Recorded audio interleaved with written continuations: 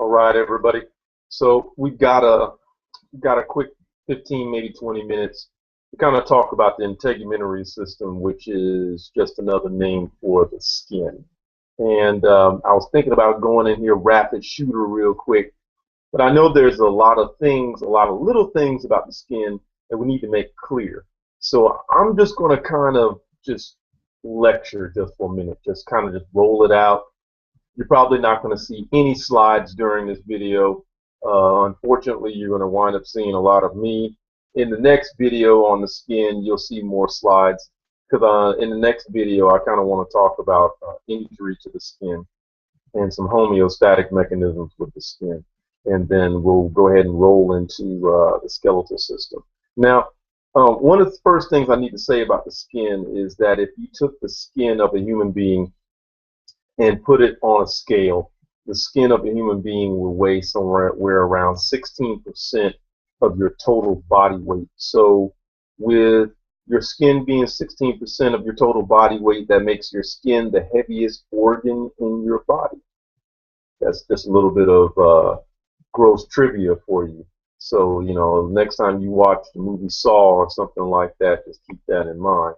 But anyway, Mortal Kombat, anybody? But the skin, yes, it is considered an organ. It's got three different layers to it. It's got the epidermis, the dermis, and then the hypodermis, known as the subcutaneous layer. Now, there's a lot of back and forth chit chatter about whether or not the hypodermis is an actual layer. The thing about it is the reason why people oftentimes debate about whether or not there is a third layer is because the hypodermis, a.k.a. the subcutaneous layer, is not defined. So whereas your epidermis has a defined boundary layer where you know when you've gone from the epidermis to the dermis, and whereas the dermis has a defined boundary layer where you know that you've gone from the dermis into the epidermis, the subcutaneous layer does not have that. The subcutaneous layer just kind of starts and then it kind of just drifts away. So if you hear me talk about three layers, I know that some people, they talk about there's only two. I like to say three simply because I want to make sure that I never forget that the subcutaneous layer exists. As a matter of fact, when you read A&P textbooks, it's kind of confusing because they'll say there's two layers to the skin, the epidermis and the dermis. And then in the very next sentence, they'll say, there's also a subcutaneous layer. So it's like, oh, well, all right, if there's two layers to the skin, why do you always make it a point to have a separate section in the chapter to name a third? Anyway, so we're looking at three different areas, layers of the skin. First, you have the epidermis, which if you learned about the tissues, this is where the tissues really start coming into place. So let me show you the integration of that chapter. So the epidermis is primarily made up of stratified squamous epithelium, which, if you want to be real specific, it's keratinized, but that's another story for another day. The primary thing to remember is that you've got this stratified squamous epithelium. So the primary tissue type of your epidermis is epithelial cells. It's epithelial tissue. The dermis, however, is made up primarily of loose connective tissue. It's got some dense, irregular connective tissue in there, and it's got a little bit of adipose tissue in there. So notice how the dermis is a whole bunch of connective tissue, whereas the epidermis is a whole bunch of epithelial tissue. And then the subcutaneous layer is mainly loose connective. Another word name for loose connective is areolar. So the subcutaneous layer is a whole bunch of areolar connective tissue along with adipose tissue. So you've got those three different layers, and all three of them are made out of different types of tissues, which tells me this: if it's made out of that many different types of tissues, then that means that, of course, you're dealing with different types of functions. So the epidermis is primarily there for protection. It's a boundary. So when you look at the epidermis, you got to remember the epidermis is there to protect me from things from the outside. It is an external barrier. So when you touch things, you come into contact with things all the time, man. You come into contact with things that would normally make you very sick, very ill, would destroy and ravage your body. You come into contact with it all the time. It never affects you due to the fact it never gets inside of you because you are covered from head to toe with skin. And the most superficial layer of that skin is the epidermis, and it's protecting you from all these things. I remember when I was in graduate school and we did a little project, our professor asked us, what do you think is the nastiest, most disgusting place on campus? And we all kind of looked at one another and we said, well, we got our suspicions. And then we kind of came to a general consensus that the nastiest place on campus was this one bathroom in the bottom of Daniel Hall, that, the custodians never cleaned. When we said that it was probably the most disgusting place on the entire campus. So the professor looked at us and said, okay, well, I'll tell you what, this is what we're going to do. We're going to make it a class project. And the way we're going to make it a class project, we're going to have to throw in some more places. So what I want you to do is I want you to go all over campus and I want you to swab the places that you think are the most disgusting. We're going to plate whatever you swab, and then we're going to stick it in an incubator over the weekend, and then we're going to come back and we're going to take a look at it. We're going to probably try to isolate the different microbes and see what we've got. So we came back after about 2 days, about give or take about 2 days, and we pulled out the cultures. Now, what was crazy was the culture that we pulled from swabbing that bathroom, like we swabbed the toilet seat in that bathroom, there was barely anything on the culture. As a matter of fact, it was more clean than most of the clean places that we swabbed. And the reason why was because everyone had assumed that bathroom was so nasty that there really was a custodian that was actually cleaning that bathroom every other day. But everyone looked at it and thought that it was so disgusting just from the way that it looked that no one ever used the bathroom. So because the bathroom was never introduced to humans and all it was being introduced to was Clorox bleach, the bathroom turned out to be the cleanest place. The most disgusting place on campus was the door handle outside the faculty lounge. We could not isolate anything from that culture due to the fact that it was so overgrown with bacteria. It was just nasty. So your skin keeps you safe from a lot of things. Oh, FYI, we just did decide to stake out the faculty lounge, and it turned out that we kept hearing faculty come out of the faculty lounge. We never heard any water running. No one was ever washing their hands after you use the bathroom. So your skin keeps you protected from all of those things. That epidermis acts as that major protective layer. Now, the dermis itself, the dermis is underneath. The dermis pretty much houses a lot of the accessory structures of the skin. So your fingernails, your hair follicles, your oil glands or your sebaceous glands, your sweat glands like the apocrine sweat glands, your eccrine sweat glands, those guys, nerve endings, the different nerve fibers. All of those things are housed in your dermis. They kind of extend from your dermis and extend on outward. So your dermis is more of the housing point for all the accessory structures in your skin. And then last but not least, you have your subcutaneous layer or your hypodermis, and your hypodermis, aka the subcutaneous layer. That guy, he's more of an insulator. So he acts as an insulator towards you. He also helps to attach the rest of the skin to the structures that are underneath your skin, like muscle and bone. So let's talk about a few of the things that are in your notes right now. I just want to go over a little general brief overview and maybe kind of tickle your brain a little bit and get you to think a little more about what you've got in the notes. There's one thing in your notes that talks about thick and thin, thick versus thin skin. You hear people say all the time, "I've got thick skin. I can take a hit. I got thick skin." Well, I think we've kind of ran away with that little saying and turned it into something that it's not. Because when you talk about it from a physiology and anatomy standpoint, thick skin and thin skin is referring to how many layers of epidermis that you actually have. And so the skin on the back of my hand is actually, good God, I got big hands. But the skin on the back of my hand is actually thin skin. That's thin skin, because if you count how many layers of my epidermis that are on the back of my hand, there's only four layers there's only four layers of cells on my epidermis on the back of my hand. But when you look at the palm of my hand, on the palm of my hand, there's actually five layers of epidermis. There's a stratum lucidum. If you've ever noticed that the back of your hand is one color, but the palm of your hand is another, okay? Now, have you ever noticed this? Have you ever noticed that the back of your hand can be a different color than your best friend, but the palm of your hand is usually almost the exact same color of your best friend? I've got friends who are Indian. I've got friends who are,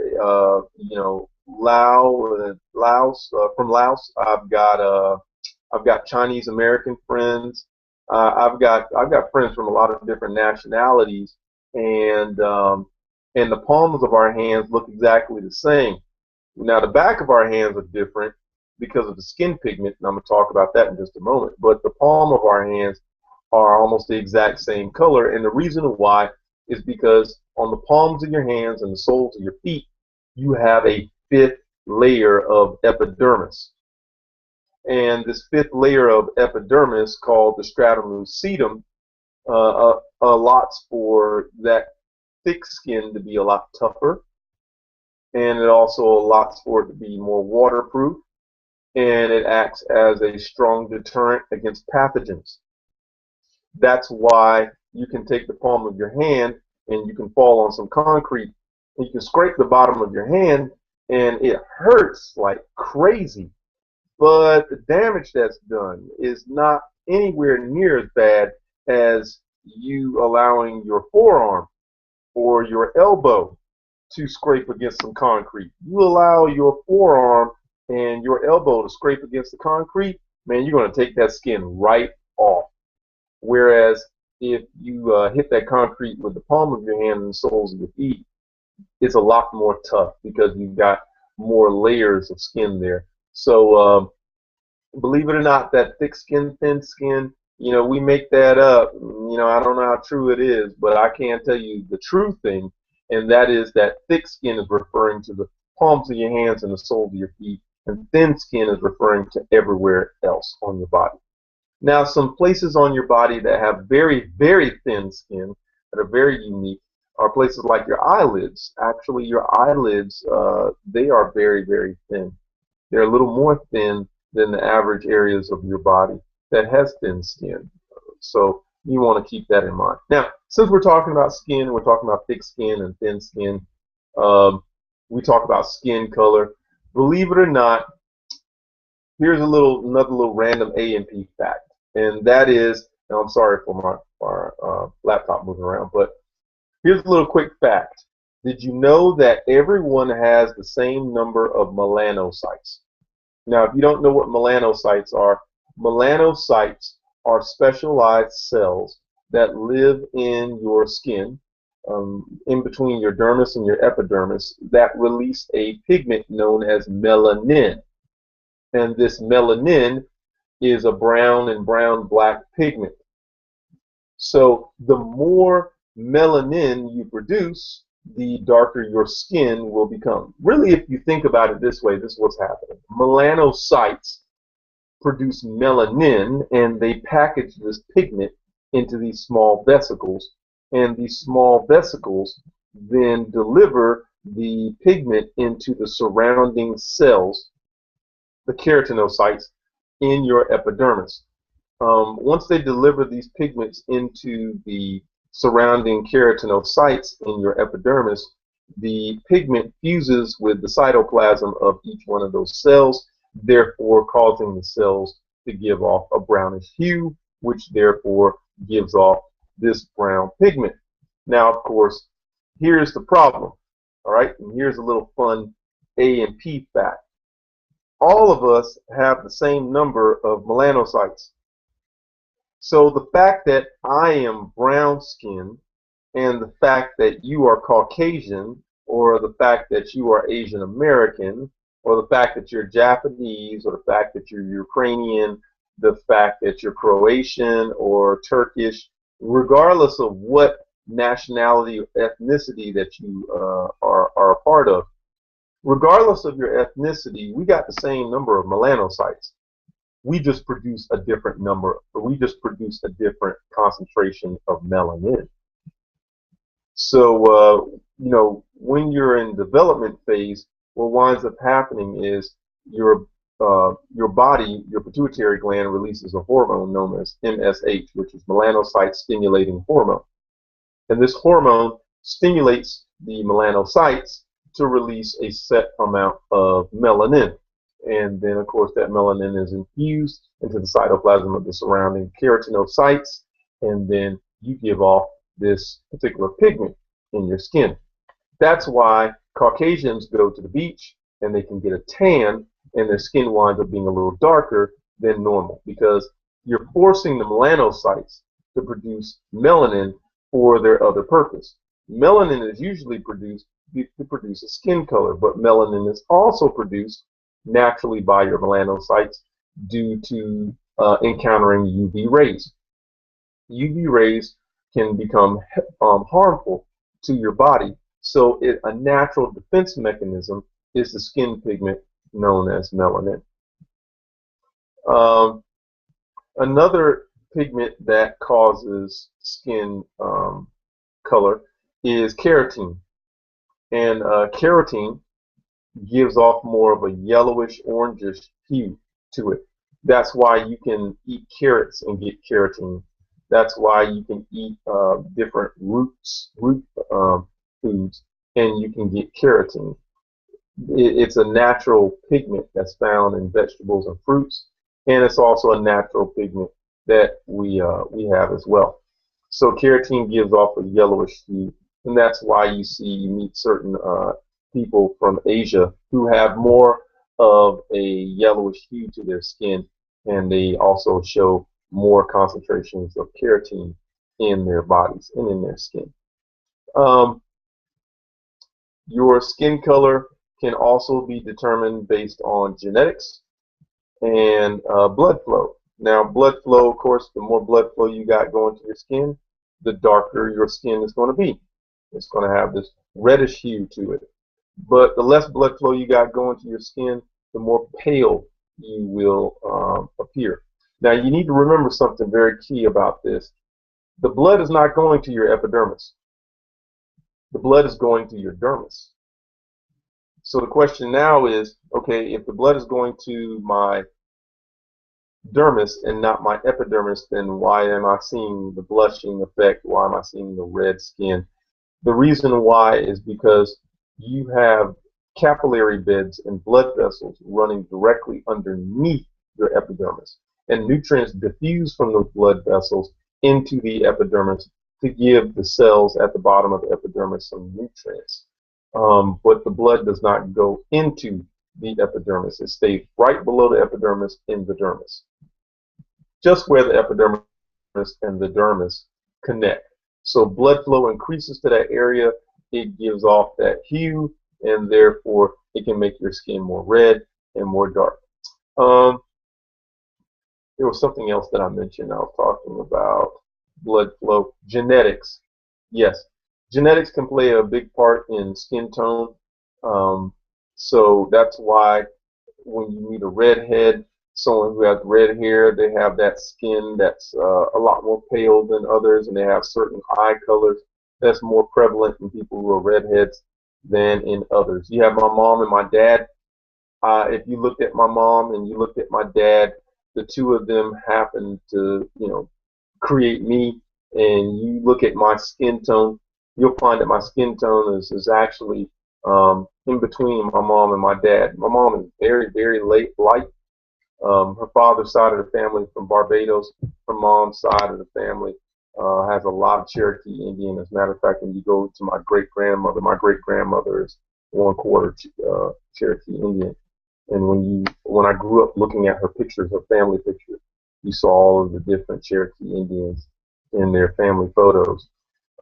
My father's side of the family, my dad he's the Hershey chocolate, so he's got a more of a brown mahogany type skin tone to him, and so you put those two together, and wow, you got me. So genetics can play a part in skin color. In your notes, it also talks about skin lines or cleavage lines. Cleavage lines are basically talking about the direction that your protein fibers travel in your skin. If you were actually able to look at the cleavage line chart, you'll see that there are all these lines. We've mapped the patterns of protein fibers or collagen fibers in your skin. So when we do surgery, we can cut parallel to those lines. And if we cut parallel, what I mean by parallel, I'm talking about like how two train tracks, the left one and the right one, run parallel beside one another. If you can run parallel with one another, um, like that, then if you make a cut that's parallel to that line, then that incision will actually heal rather quickly. But when you make an incision that goes across the line, so you've got the lines of cleavage, those protein fibers going in that direction, and then you make a cut across the lines in that direction. When you do that, you damage the cleavage lines, and then what winds up happening is you actually create the potential for a scar. Um, so when you look at someone and they have a scar on their hand, a scar on their face, a scar on their neck, that's because an incision, damage, trauma was made to the skin, and it destroyed the cleavage lines. It destroyed the connective fibers, the protein fibers, the collagen fibers in that area.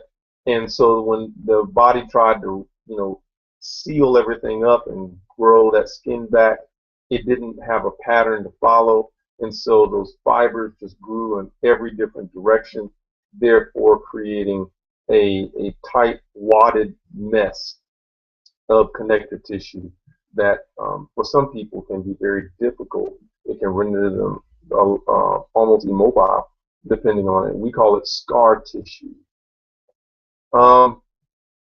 Another thing was temperature regulation. Remember that the easiest way to get rid of heat out of the body is just send it to the surface. I mentioned to you earlier that your skin is like 16% of your total body weight. Well, it's got a lot of square footage too. There's a lot of it covers a lot of your body square feet. So if you took some of the skin of an adult and stretched that skin out across a floor, it could cover a very wide area. So when your body is actually trying to get rid of heat, it will actually detour blood flow to your skin. And the reason why it wants to detour blood flow to your skin is because the blood running through your body right now is about 100.4 degrees Fahrenheit. Now, if you don't think that's hot, I'd like to see you go stand outside in 100.4 degrees Fahrenheit. See how long you stay outside. All right. Now, when you think about it that way, with your blood being 100.4 degrees Fahrenheit, that's pretty hot. So your body, what it will do is it will send blood to the surface of your skin so that that heat can actually leave your body. As a matter of fact, sometimes you tend to sweat, and you sweat releasing that water on your skin, and then the skin of not skin, but you release the sweat onto your skin. The water or the sweat absorbs the heat, and then it evaporates, taking the heat along with it. Another thing that can happen is if you're too cold, your body will reroute that blood to the core of your body. So it'll send it to the core along the axis of your body trunk. That's good because it keeps you alive. It keeps your internal organs up and running and keeps them ticking. The only problem is that warm blood was now taken away from your skin, so you're probably going to get a lot colder. And if you're traveling in very extreme temperatures like sub-zero temperatures, then you risk the chances of frostbite. One last thing, well, two things. Stretch marks. Never forget about stretch marks. Stretch marks are usually formed because you wind up stretching the collagen fibers in your skin. You know, you have dense, irregular connective tissue in your skin, and it allows your skin to be able to stretch. However, you can stretch those protein fibers out too far, especially when you don't give them a chance to be able to rebound and go back to their original shape and size. Therefore, this stretching can destroy those protein fibers, not allowing your skin to go back to its normal shape and consistency, therefore giving you stretch marks. And when you get a chance, I want you to make sure that you read about nails and hair and the two types of glands in your skin, sweat glands and oil glands. I think you're going to find some very interesting things. Look at how quickly your nails grow. Look at the different areas of your nails, like that little crescent moon thing on the back of your nail. That's called the lanula or the lanula. And then look at where the base of your fingernail happens to be, and look at how you grow fingernails. And the fact that you take the same kind of cells that you use to make your skin, you just layer them on top of one another and then push them out in the form of a nail. Look at hair. Look at how your hair color is determined. Your hair color is determined the same way your skin color is determined. That's why some people with certain types of hairstyles, I mean not hairstyles, but certain people have certain hair colors, and that hair color is has a direct connection to their eye color and their skin color. Look at the hair, look at how the hair grows, and look at different types of hair, because the hair that makes your eyebrows is not the same kind of hair that you deal with on your head and in your armpits and on your arm and a mustache and beard. It's not the same kind of hair. It's actually different types of hair. And look at sweat and oil glands. You got oil glands which create sebum, which are known as sebaceous glands. They produce sebum. You also have some oil glands that are only located in your ears, and they make earwax so that you can protect the inside of your ears from pathogens and dust and debris. Also, you have two different types of sweat glands. The first sweat gland is an eccrine gland, and that guy makes watery sweat that allows you to get rid of body heat. It's the one that is released when you're hot. But then you've got another sweat gland, and that sweat gland, some people call it an apocrine sweat gland. That's the sweat gland that you don't want to release, because he's not the one who primarily releases sweat when you're hot. He's the guy that primarily releases sweat and secretions when you're afraid. He releases sweat and secretions when you're in puberty. So he's kind of the stinky sweat gland. But that's how that one works. So make sure you take a look at those things. And hopefully we'll hit you back up with another video soon. Peace.